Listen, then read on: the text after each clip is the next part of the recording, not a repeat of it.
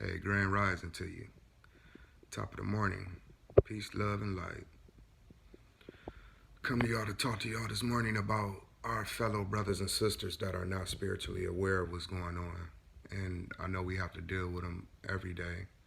Um, we got to treat them as if they're infants, almost they're kids, like they don't know no better. um, I know they're pretty much around us when we go to stores, so we have to deal with them in stores. The enemy still has their head in mental slavery, Babylon. Um, so when we come across one of our fellow brothers and sisters and they have that mentality, that attitude, we have to deal with it. Um, we should have enough patience to deal with our brothers and sisters like that. We can't get angry with them because they don't know no better. We have to try to teach them. We can't. You can't lash back at them as they lashed at you. Um, I had to learn that, myself. So if I run across a fellow brother and sister that's, in the matrix and that's not spiritually awoken, I have to compromise a little bit. I don't like compromising, but with my peoples, I have to because I can't treat them like the enemy treats them.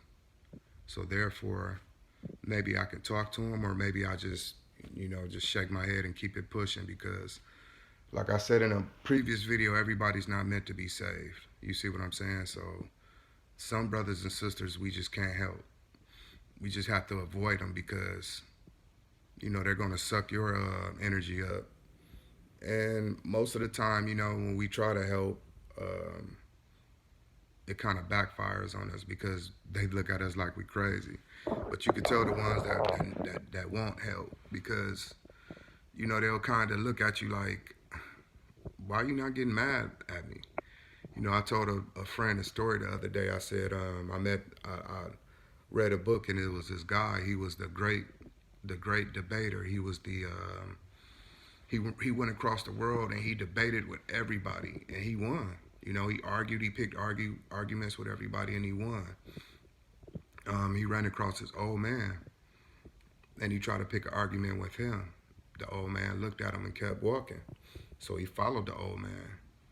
He followed his old man for about an hour trying to pick an argument with him. So the old man left. He did what he was doing and he disappeared. He went on about his business. So the next day he went looking out. He went looking for the old man. He so happened to find him. The old man walked past him again. He tried to pick another argument with the old man. He just kept walking past him. He ignored him. So finally, the great debater dropped to his knees and called him master and said, "How did you defeat me? I've never been defeated before." The old man looked at him and said, "I just ignored you." So you see how powerful that is? You can ignore somebody and they're going to bow down to you because they see that whatever they're trying to put out is deflecting off of you and hitting them back in the face. And that's called reality. So sometimes we have to make examples for our brothers and sisters. When they see us out here acting civilized in the way that we should act, we're setting examples. So that gets them curious and they want to know where your mind is at and what makes you so calm and peaceful and everything. And that's when we can join in and help them out. You see what I'm saying? We have our brothers and sisters that are like that out there. And, they need us. So we have to be patient with them. We can't treat them like the enemy because we will not be any better.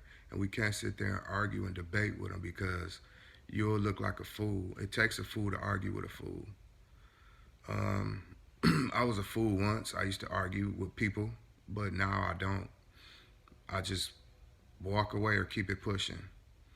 My energy is worth more than that. Maybe the next time I come across you and you try it and it don't happen again, and you might just ask me, well, man, what do you do? Why do you stay so calm. So, sometimes it work out like that for us. We're children of our ancestors. So at the end of the day, they give us those type of powers. Even though we have them in us, we just have to unlock them. I want to encourage everybody to do a 7-day vegan challenge.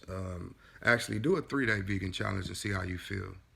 And maybe if you are trying to reach your third eye, and maybe you're trying to reach your ancestors, that might help you. Because everything that we consume in us has to be clean. Our ancestors will not enter a dirty body, a dirty mind. Constipated behind leads to a constipated mind. You see what I'm saying? Our ancestors don't want to touch that. We putting all these chemically injected foods from the restaurants in us. We at home frying chicken, and they don't want to mess with us like that. So if you're not hearing that third eye speak to you, or you're not hearing your ancestors speak through your third eye, that means you need to clean yourself up. And another thing, we look at each other as African Americans. We're not African Americans. We're Africans. A chicken in Brazil don't call a chicken in Brazil ain't a Brazil chicken. A chicken in the United States ain't a U.S. chicken. A chicken is a chicken. An African is an African. We all African. So I just want you guys to, think about that and have a peaceful and an enlightened day. Peace.